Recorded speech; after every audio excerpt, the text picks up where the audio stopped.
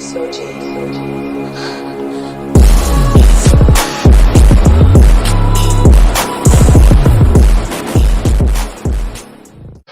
everybody? It's your boy Demon here. Today, we actually about to look at a true Get Out horror story.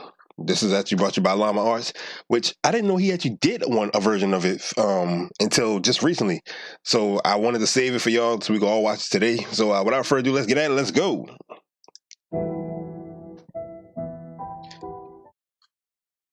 Meeting my ex-girlfriend's family during the holidays was the worst weekend of my life.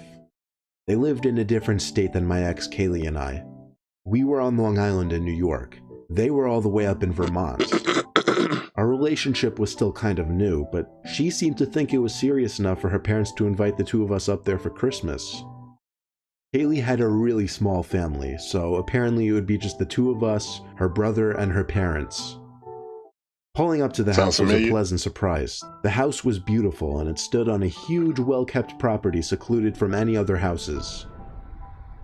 As Kaylee and I got out of my truck, our parents came out to the porch to greet us.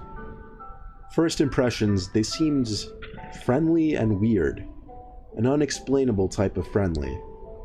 The father didn't smile, but he shook my hand, patted me on the back, and said it was great to meet me. The mother hugged me, showing a lot more emotion, but something about her face was a bit off-putting.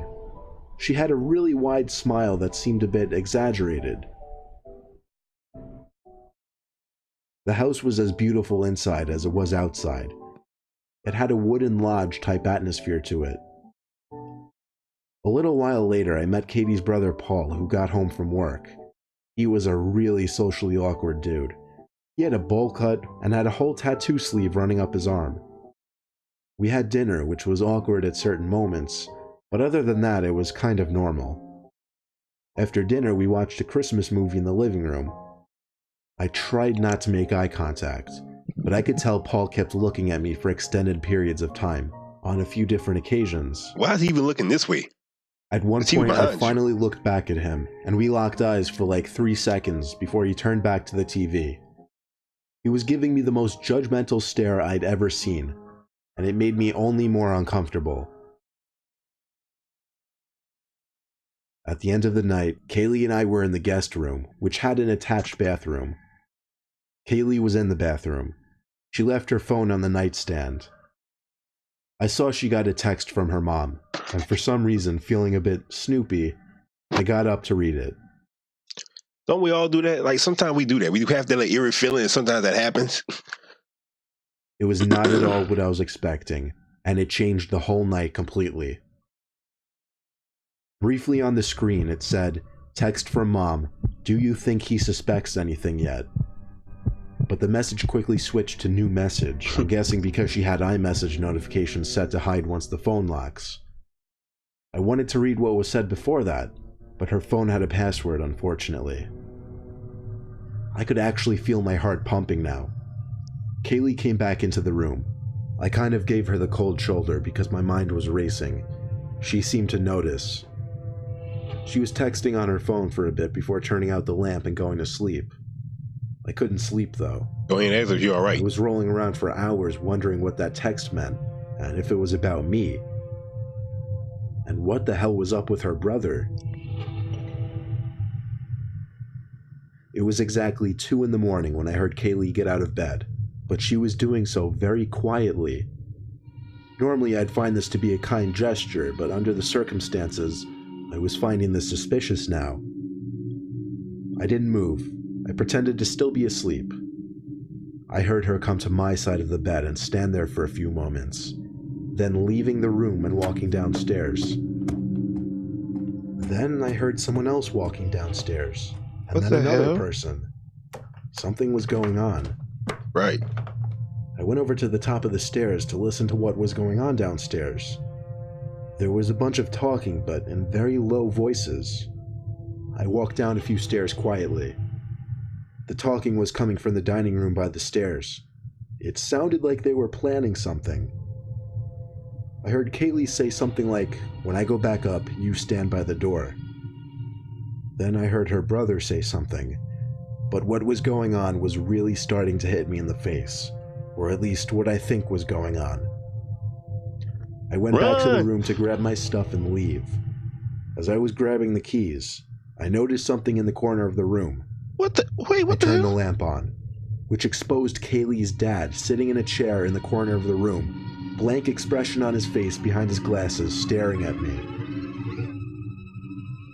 I screamed at least 4 times, "You're all crazy," as I ran to my car. I put the car in drive practically before the car was even fully on, and floored it out of that long driveway back to the road. Bruh. I didn't stop once except for gas. And at that gas stop, I checked my phone and saw Kaylee texted me saying, "What the fuck happened?" I didn't respond. You Not think? until later that night when I got home. I said, "I don't know what you and your sick family were planning on doing to me. I don't want to know. Don't ever contact me or come near me again, and I won't report this." Right. I said Done this for. only because I knew there was no proof at all of what happened, or what might have been about to happen. She never replied.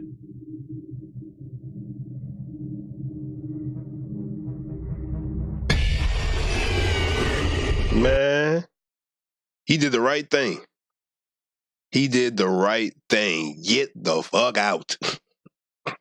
Like, no questions asked. If you know it's something suspicious that normally does not happen on a regular basis, and you can obviously know they're talking about you, no questions, no nothing. It's time to go. Y'all all seen the Get Out movie. We've all seen it. If anytime, I don't care where you at, anytime one, the person's parent is sitting in the room with you, trying to hide themselves. 2, they're making plans about you. Nah, it's time to roll. Matter of fact, sometimes trust your instincts when you have that little gut feeling, that wrenching gut feeling, when you know something about to happen, or you know something ain't right. Trust your feeling, roll. I do that a lot. Excuse me.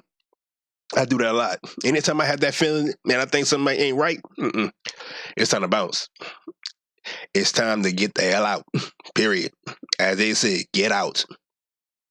So, anyway, I'm gonna go ahead and end it right there.